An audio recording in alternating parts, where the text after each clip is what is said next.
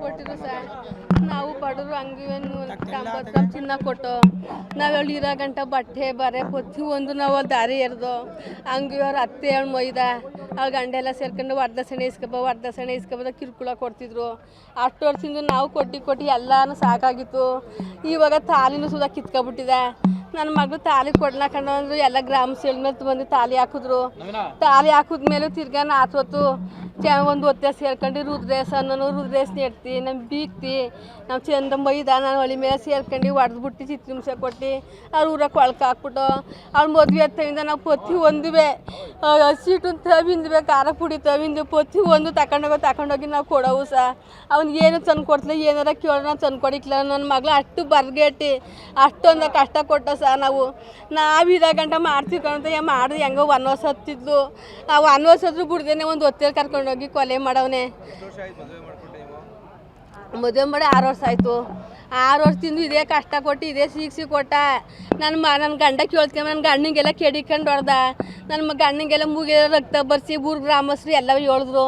ಹಿಂಗೆ ಮದುವೆ ಮಾಡಿದಾಗ 90 ಗ್ರಾಮ್ ಕೊಟ್ಟಿದ್ದು, ತಿರ್ಗಾ 80 ಗ್ರಾಮ್ ತಿರ್ಗಾ ಈಸ್ಕಬ ಅಂತ ನನ್ನ ಮಗಳು ಕೊಡ್ಬಾರ್ದು ಕೊಟ್ಟು ಈಗ 60,000 ವರದಕ್ಷಿಣೆ ಕೊಟ್ಟು ಇನ್ನು ಇಲ್ಲಿ ಗಂಟ ಬಟ್ಟೆ ಬರೆ ಮಕ್ಕಳು ಬಾ ಅಂತಾನ ಇಲ್ಲಿ ಗಂಟ ಕಷ್ಟ ಸುಖ ಎಲ್ಲನೂ ನೋಡ್ದ ಸ ಪೊತ್ತಿ ಒಣ್ಣು ನೋಡ್ದ.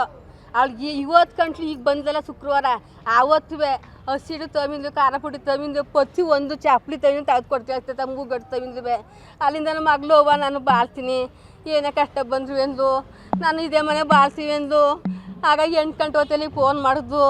ನಾನು ಕೂಡ ಚೆನ್ನಾಗೆ ಮಾತಾಡ್ಬಿಟ್ಟು ಮಣಿಕೊಂಡು ಇನ್ನು ಬೇಳ್ಕರೋದಕ್ಕೆ ಫೋನ ಎತ್ತು ಇದು ಯಾಕೆ ನನ್ನ ಮಗಳು ಮಾಡು ಅಂತ ಫೋನ್ ಮಾಡ್ದು.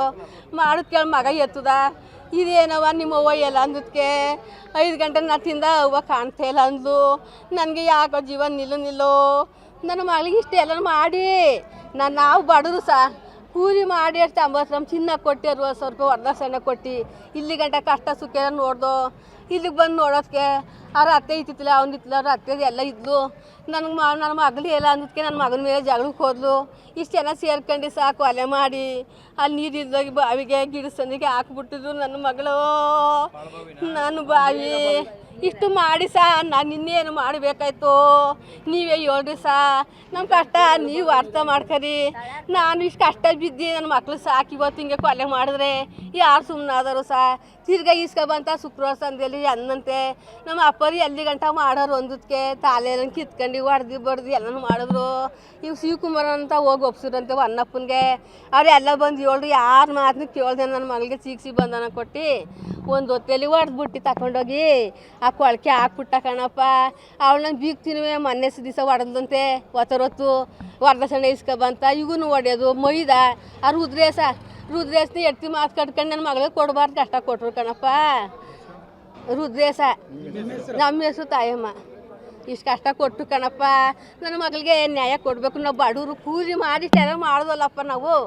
ಇನ್ನು ಯಾರು ಈ ಥರ ತಾಯಿ ಅಪ್ಪವ ಯಾರು ಮಾಡೋದು ನೀವೇ ಹೇಳ್ರಪ್ಪ. ಇನ್ನೂ ಮಾಡೋಕ್ಕಾದ್ರಪ್ಪ ನಮ್ಮ ಕೈಲಿ ಇನ್ನೂ ಮಾಡ್ದೆ ವರದಕ್ಷಿಣೆ ಕಿರ್ಕುಳ ಮದುವೆ ಆಯ್ತು ಕೊಟ್ಟು ನಮಗೂ ಸಾಕಾಗದೆ ಸರ್. ಎಷ್ಟು ಅಂತ ಕೊಡಿಕಾದು ಹಿಂಗೆಲ್ಲ ಮಾಡ್ದೆ ಸರ್ ನನ್ನ ಮಗಳನ್ನ ಮಾಡ್ದೆ.